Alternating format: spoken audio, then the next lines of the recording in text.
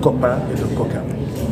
Que quand un chef d'État viole la Constitution, quand un chef d'État viole les droits de sa population qu'il a élu, que ce chef d'État-là, qu'on lui dise la vérité. Parce qu'encore une fois, je le répète, il y a tous les jours dans notre CEDEAO des coups d'État économiques, des coups d'État politiques, des coups d'État constitutionnels.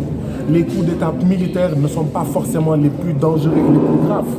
On a vu, vous le savez mieux que moi, un coup d'État où il y a eu 0 mort.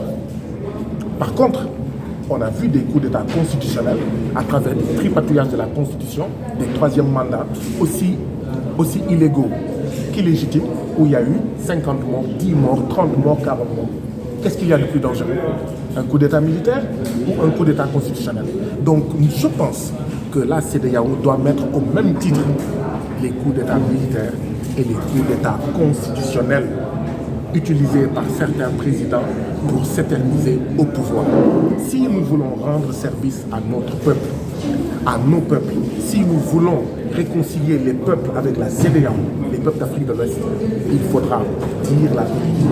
Il faudra, d'accord, refuser certaines choses. Il faudra ne pas hésiter de critiquer, même si c'est dans la courtoisie. Je suis d'accord. Soyons courtois. D'accord? Soyons polis, mais nous devons appeler un chat. Nous devons appeler un œuf. Quand un chef d'État veut s'éterniser au pouvoir par des méthodes aussi illégales qu'illégitimes, il faut dire non. Ça, on sait où est-ce que ça va. Où est-ce que ça va? C'est que tôt ou tard, si c'est fait au Sénégal, il va y avoir le feu au Sénégal. Si c'est fait au Bénin, il va y avoir le feu au Bénin. Si c'est fait au Nigeria, il va y avoir le feu au Nigeria. Vous avez vu 10 jours de feu au Nigeria? Donc oui, nous devons nous dire la vérité. Nous devons refuser que ce soit les Blancs, les Toubabs qui nous donnent des leçons parce qu'ils n'ont aucune leçon à nous donner. Nous devons refuser que ce soit les Toubabs qui disent vous Sénégalais, voilà ce que vous faites, alors que tous les autres Africains, tous nos autres voisins se taisent parce qu'eux aussi ça les arrange. Ils ne veulent rien dire sur le Sénégal pour que demain le Sénégal ne dise rien sur le pays. Nous devons nous dire la vérité sous l'arbre à palabre, mais nous dire la vérité parce que c'est seulement dans la vérité que nous allons bâtir une autre Afrique de l'Ouest. J'ai l'habitude de le dire, une autre Afrique de l'Ouest est nécessaire, une autre Afrique de l'Ouest est possible. Et vous pensez que par ce cinquantenaire, ce sera possible vu vos il y a des réformes importantes à faire. Il y a des réformes importantes à faire parce que, qu'on se dise la vérité ou pas, l'année prochaine, la CEDEAO aura 50 ans. Comme je l'ai dit et répété, nous avons 3 membres qui disent ne plus être membres de la CEDEAO. Que ça plaise ou pas, c'est ça aussi le bilan de la CEDEAO. Ça ne fait plaisir à personne. Il faudrait analyser froidement, lucidement, sereinement pourquoi il en est ainsi et voir les changements qu'il faut apporter, voir les transformations qu'il faut apporter. Nous sommes fatigués, nous sommes épuisés. Je l'ai dit, et ce n'était pas pour critiquer la Côte d'Ivoire et le vaillant et brave peuple ivoirien.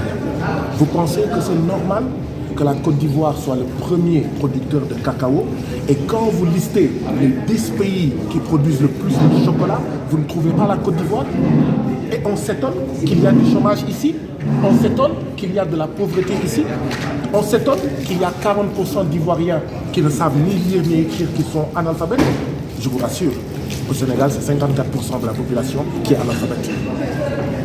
Donc ce que je dis pour la Côte d'Ivoire, c'est ce que je dis pour le Sénégal. C'est-à-dire si ce que nous produisons, nous ne le transformons pas dans nos pays, nous ne pourrons pas régler les problèmes de sous-développement et les problèmes de chômage. Il y a une division internationale du travail qui nous a été imposée par les impérialistes. Division internationale du travail où ces pays-là impérialistes veulent que nous soyons des marchés pour leurs produits finis. Ces pays-là n'ont aucun intérêt pour que la Côte d'Ivoire ait son cacao. Ils préfèrent le statu quo, c'est-à-dire qu'on maintienne une situation où le cacao de la Côte d'Ivoire ne sera jamais transformé en Côte d'Ivoire. L'uranium du Niger ne sera jamais transformé au Niger. L'éveilla du Libéria ne sera jamais transformé au Libéria. Le phosphate, ou je ne sais pas moi, l'or du Sénégal ou du Mali ne seront jamais transformés au Mali et au Sénégal. Pourquoi? Parce qu'il faut qu'on nous tienne, nous pays, qu'on soit les débouchés de leurs produits finis et que nous soyons les réservoirs de matières premières où ils viennent puiser, transformer dans leur pays, créer de l'emploi dans leur pays et laisser de la pauvreté, ou plutôt de l'appauvrissement et du chômage. Et ça, si nous voulons régler cela, il faut une autre CEDEAO, il faut une autre Afrique de l'Ouest. Je vous remercie. Présentez-vous. Vous allez présenter. Encore. Présentez-vous s'il vous plaît. Je m'appelle